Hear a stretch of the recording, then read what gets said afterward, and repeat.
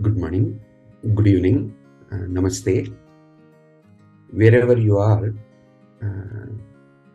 it is important to think about what is one message that we give when we open our mouth, or when we just keep quiet, or when we meet each other. Somebody mentioned to me, kindness is the way compassion shows up in action. What that means is, kindness is actually a natural expression, self-expression of oneself. And when we are kind, our own compassion, our own love, our own connection to the world expresses itself through our facial expressions, obviously through our actions, and how we interact with each other. So, when we are kind to others, at some level, that increases our ability to be kind. As you might have heard, in the Indian scriptures, several times, people talk about the world is nothing but a reflection of yourself. The world is actually a mirror. Viswam Darpanam. The world is reflecting on what you are experiencing.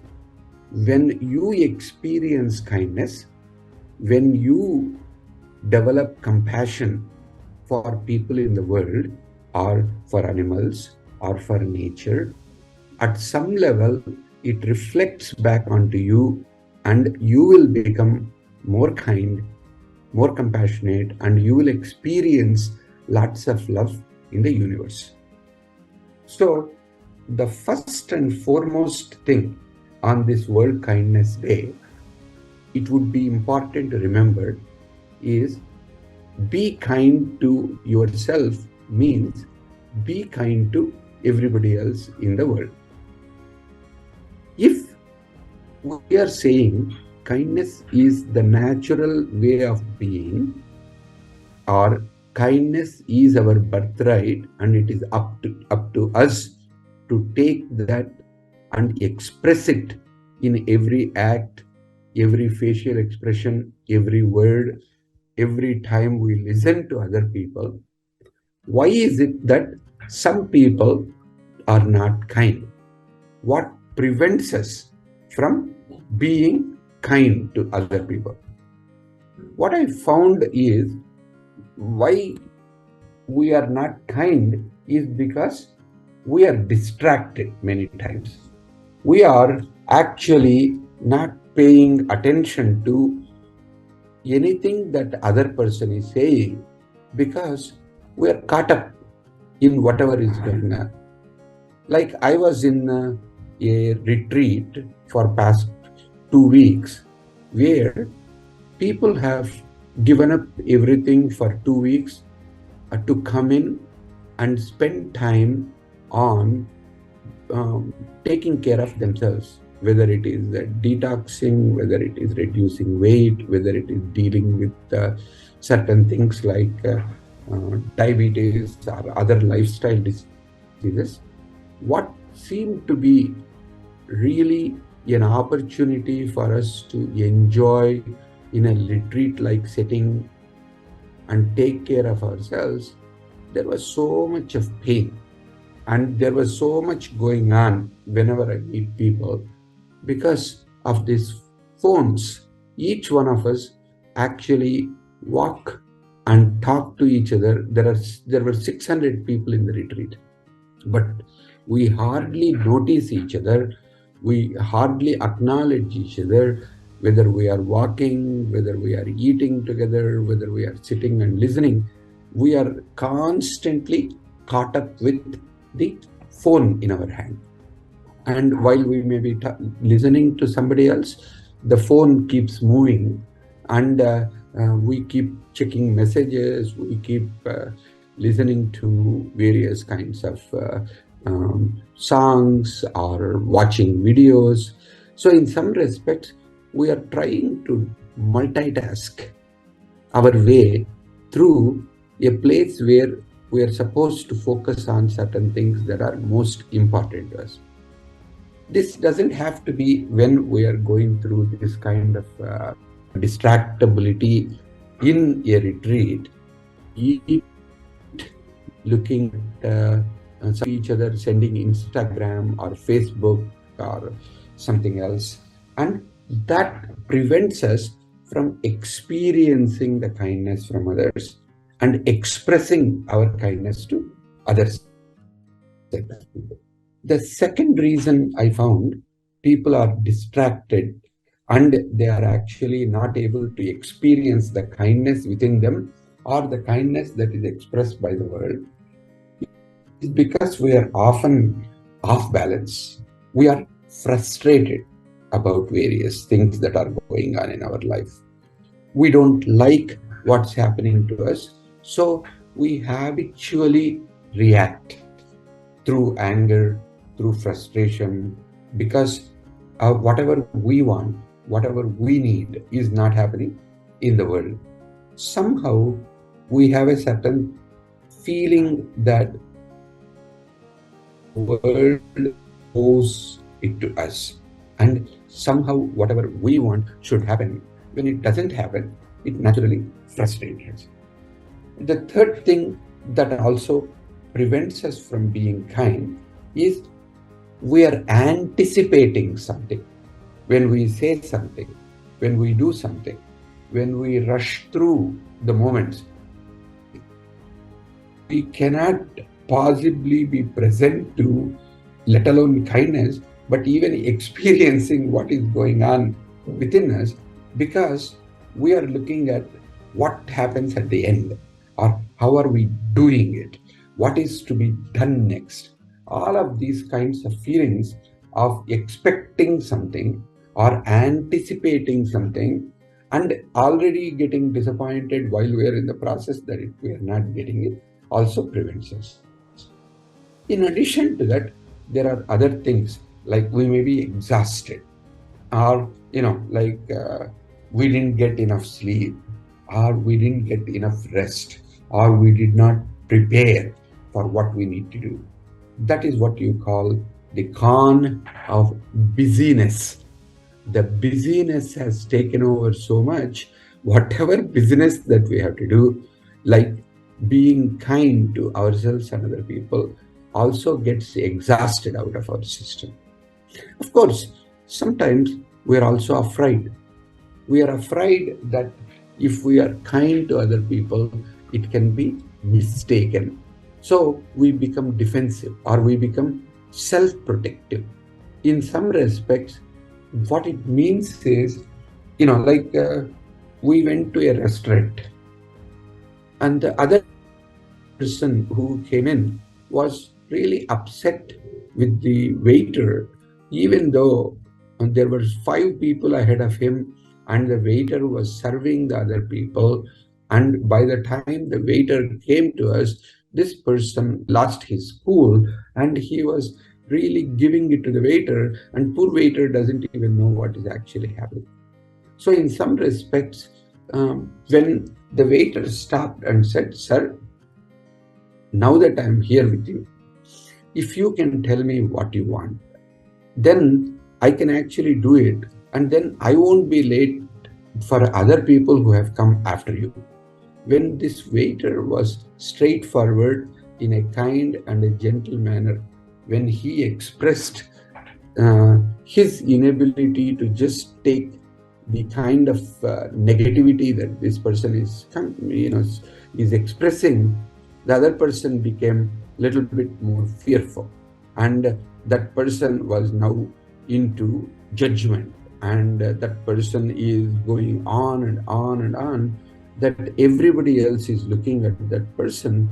So the fear of being ignored actually turned into some way taking over the entire restaurant's attention for next 15 minutes. So whether it is distraction, whether it is exhaustion, whether it is anticipation or frustration or judgment, any of this actually stop us from being kind. The good news is that when we become aware, when we become mindful, when we notice these patterns of behavior, when we notice our own habits of the mind, habits of the body, we can instantly bring kindness to this moment. How do you do that? One, start smiling. And second, see whether there is a way in which you can disconnect the kindness from you did this to me, so I will do this to you, and do it genuinely. It is like spreading love. Whether you can do spreading kindness as a way of being. To give you an example, in Silicon Valley, there were two brothers, Nipun Mehta and Viral Mehta, along with a couple of their friends. 20 plus years ago, they wanted to do something good for other people. So they looked at non-profits and people who did not have websites, because at that time, 25 years ago, generating a website means marketing yourself beyond your community, the community that you live in and the community in which you are available through phone. So they started building websites for non-profit organization and for monks and for small temples and monasteries and some kind of organizations which are requiring donation or which are actually doing some kind service. Slowly and steadily that spread. Now the service space is the largest incubator of kindness related activities. If you are not familiar with servicespace.org, please check that out. And they have done so many things that right now, any single day, there are over 600,000 volunteers are participating in different kinds of activities, so that the small acts of kindness that can change the world and change the people who are acting. So when you go there, for example, you can look at a website that they have developed called kindspring.org, where you can order some things called smile cards. The smile cards are about actually doing a random act of kindness to somebody in an anonymous way, and doing it in a way like playing a game. The game, they call it as playing the pay it forward game. So you just do something. For example, when somebody came to my house some time ago, their kid expressed that they do not get chewing gum in Singapore. When I did not pay attention, but I thought I'll take him to a chewing gum store, but we did a large number of other kinds of things, and I forgot to take him to a chewing gum store. But a friend of mine who works with me called Raghu, he heard this comment, and anonymously he went and got a big pack of chewing gum. He quietly put it in the kid's bag, in a backpack. He didn't tell me, he didn't tell the kid, but when the kid went to Singapore, he was very pleasantly surprised to find a large pack of chewing gum along with a smile card. He doesn't know who did that. He doesn't know who showed this kindness, but what the card said is, now that you have been tagged in anonymous kindness, you can do this to somebody else. So now you are it. You pay it forward, and then you spread kindness by doing an act of kindness to somebody else without your name, without something else. So when you look at the Kind Spring website, you will find that there are over millions such smile cards have been shipped to over 90 countries. Over 200,000 stories of this kind of anonymous kindness that has been shared. You can look at for examples, and you can get your own smile cards just by saying, I want these smile cards. Some volunteers somewhere will find a way to donate these smile cards to you, and then you can donate it forward and spread the kindness. Similarly, they also found that during the corona time, there is a lot that is going on, and the corona is spreading wilder and wilder, and people were desperate and struggling.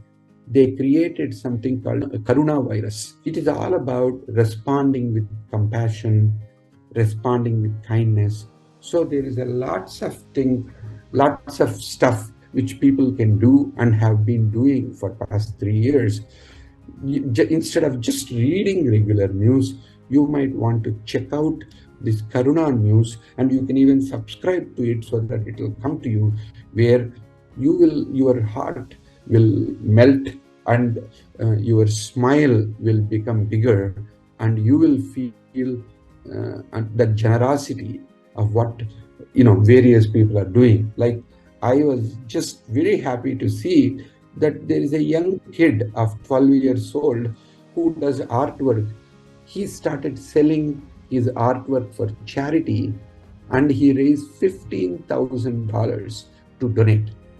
Imagine that, a 12-year-old, and with whatever he could do with artwork, he's able to raise $15,000 for people who do not have that capability. So similarly, there are ways in which you can spread kindness in many different ways, and you will find examples. So what I want to end my talk with is, kindness is not only a natural self-expression, but more you use kindness, more you are kind to other people, more you will be able to experience kindness in the world. Everywhere you look, instead of reacting to negativity, you can react to compassion in action. You can react to generosity that people are spreading. You can smile at various type of things that they are doing. Like, just as I was thinking about, I found out that maybe if I can go out and do one kindness action, I will never know which person's face lit up because of that kindness, whose life has become better because of this kindness. And when I don't know that, as a matter of fact, I can live in a positive anticipation of impact that my kindness might have had on others, will bring a smile on my face, will fill my heart with love, and I am ready for another act of kindness. Are you ready for your act of kindness today, where you can bring smile, love, compassion, kindness, and caring to people around you, and watch what happens to your life? Thank you very much.